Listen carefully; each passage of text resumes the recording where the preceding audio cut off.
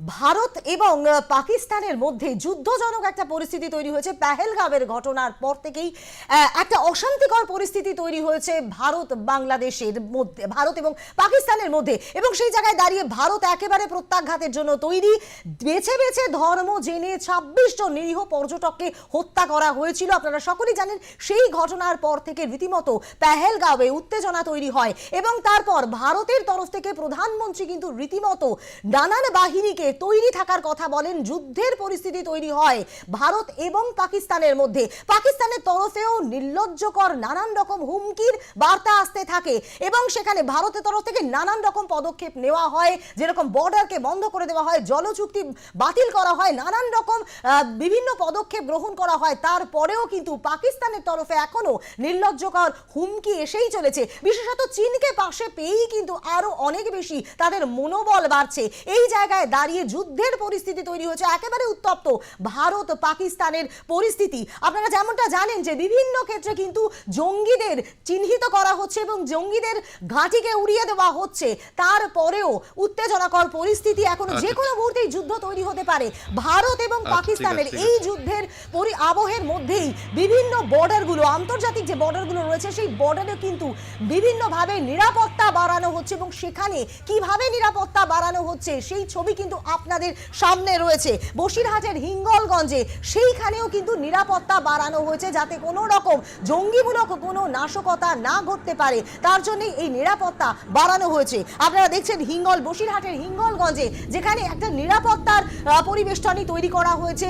জঙ্গি দমনে মূলত একেবারেই সতর্ক রয়েছে বিএসএফ জওয়ানরা। আমরা যেমনটা দেখেছি যে একেবারে দেখুন সেই ছবি রয়েছে আপনাদের সামনে, যেখানে একেবারে তাক লাগিয়ে বসে রয়েছেন কিন্তু বিএসএফ কর্মীরা।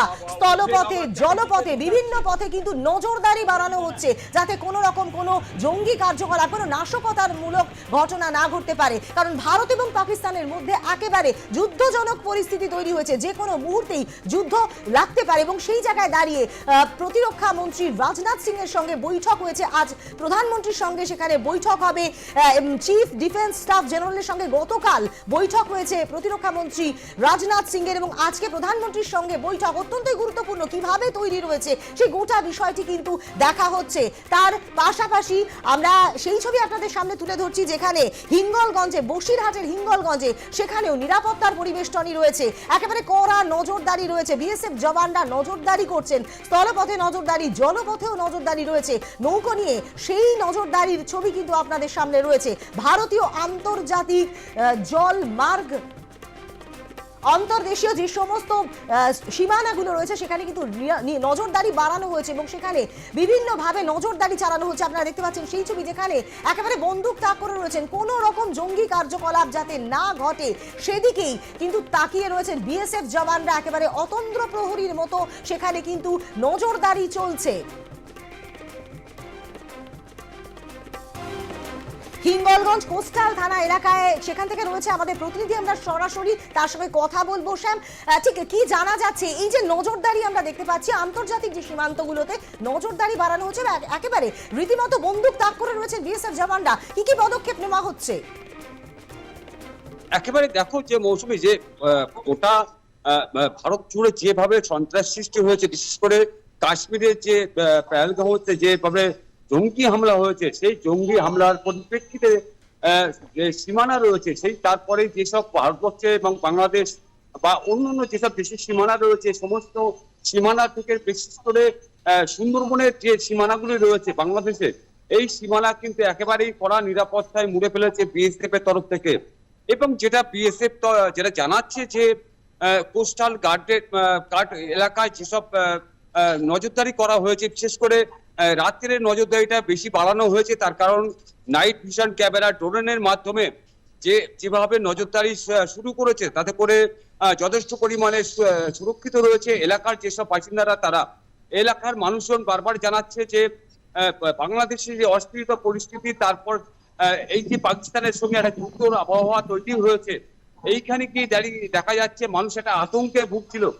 যেহেতু জল সীমানা যেগুলো রয়েছে এই উত্তর 24 পরগনার বসিরহাট মহকুমার স্বরূপনগর থেকে একেবারে শামসেরনগর মানে হেমনগর পর্যন্ত প্রায় 94 কিলোমিটার স্থল এবং জল সীমান্ত রয়েছে। তার মধ্যে 50 কিলোমিটারের অধিক রয়েছে জল সীমান্ত।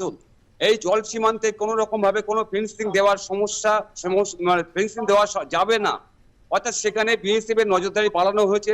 একদিকে যে বিএসএফ এর আউটপোস্ট যেগুলো রয়েছে বার্জারের উপরে তারা নজরদারি করছে। তুমি দেখতে পাচ্ছ যে মহিলা বিএসএফ এবং পুরুষ বিএসএফ তারা কিন্তু একটি একটি বার্জার নিয়ে তারা বেছে নিয়েছে একটা একটা জায়গায়।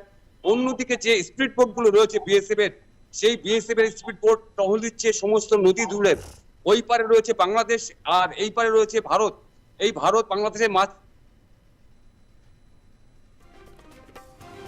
হিঙ্গলগঞ্জ কোস্টাল থানা থেকে রয়েছে আমাদের প্রতিনিধি, আমরা আবারও কথা বলবো তার সঙ্গে। তবে তার আগে আপনাদেরকে আরো একবার জানাই, একেবারে আন্তর্জাতিক যে সমস্ত সীমানা রয়েছে সেখানে কিন্তু নিরাপত্তা বাড়ানো হয়েছে, বিএসএফ এর নজরদারি বাড়ানো হয়েছে, যাতে কোনো রকম অপ্রীতিকর কোনো ঘটনা না পরিস্থিতি না তৈরি হয়। এবং আপনারা যেমনটা জানেন যে ভারত পাকিস্তানের যুদ্ধ প্রস্তুতি কিন্তু ইতিমধ্যেই শুরু হয়ে গিয়েছে।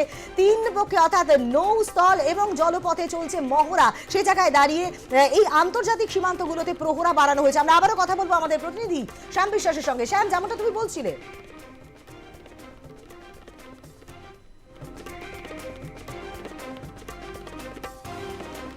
আমরা কথা বলবো আমাদের প্রতিনিধির সঙ্গে। তবে তার আগে আপনাদেরকে আরো একবার জানাই, আন্তর্জাতিক সীমান্ত বরাবর কিন্তু বাড়ানো হয়েছে নিরাপত্তা।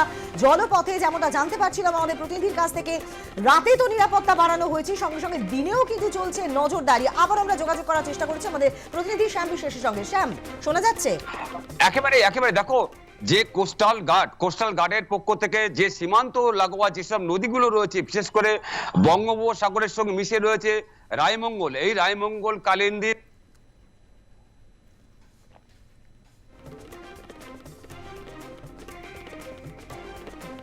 আমরা আবারও যোগাযোগ করবো আমাদের প্রতিনিধি শ্যাম বিশ্বাসের সঙ্গে। তবে আপনাদেরকে আরো একবার জানাই, রীতিমতো উত্তেজনাকর পরিস্থিতি তৈরি হয়েছে দেশ জুড়ে, এবং সে জায়গায় দাঁড়িয়ে একেবারে আন্তর্জাতিক সীমানা বরাবর বাড়ানো হয়েছে নিরাপত্তা।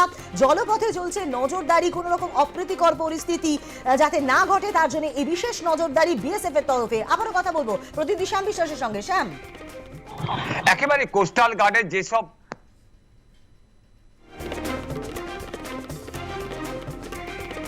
যান্ত্রিক গোলযোগের কারণে আমরা কথা বলতে পারছি না আমাদের প্রতিনিধি শ্যাম বিশ্বাসের সঙ্গে। আপনাদেরকে আরো একবার জানাই, জলপথে বিশেষ নজরদারি চালানো হয়েছে। এবং আপনারা সকলেই জানেন যে পাকিস্তানের সঙ্গে বাংলাদেশের একটা সখ্যতা রয়েছে, এবং সেই জায়গায় দাঁড়িয়ে যাতে কোনো রকম অপ্রীতিকর পরিস্থিতি না তৈরি হয় তার জন্যই বিশেষ নজরদারি বিএসএফ এর তরফ। এবং সেই নজরদারি কিন্তু রীতিমতো চলছে, রাতে চলছে নজরদারি, এবং তার পাশাপাশি দিনেও কিন্তু সেই নজরদারি লক্ষ্য করতে পারা যাচ্ছে, যাতে কোনো রকম কোনো অপ্রীতিকর পরিস্থিতি দেশ জুড়ে না তৈরি হয় তার জন্যই এই নিরাপত্তা। সীমান্ত পারের মানুষদের মধ্যে একটা অস্থিরতা বাড়ছিল, তারা কিন্তু আতঙ্কে দিন কাটছিলেন, কিন্তু এই প্রহরার ফলে খানিকটা হলেও স্বস্তি পাচ্ছেন তারা।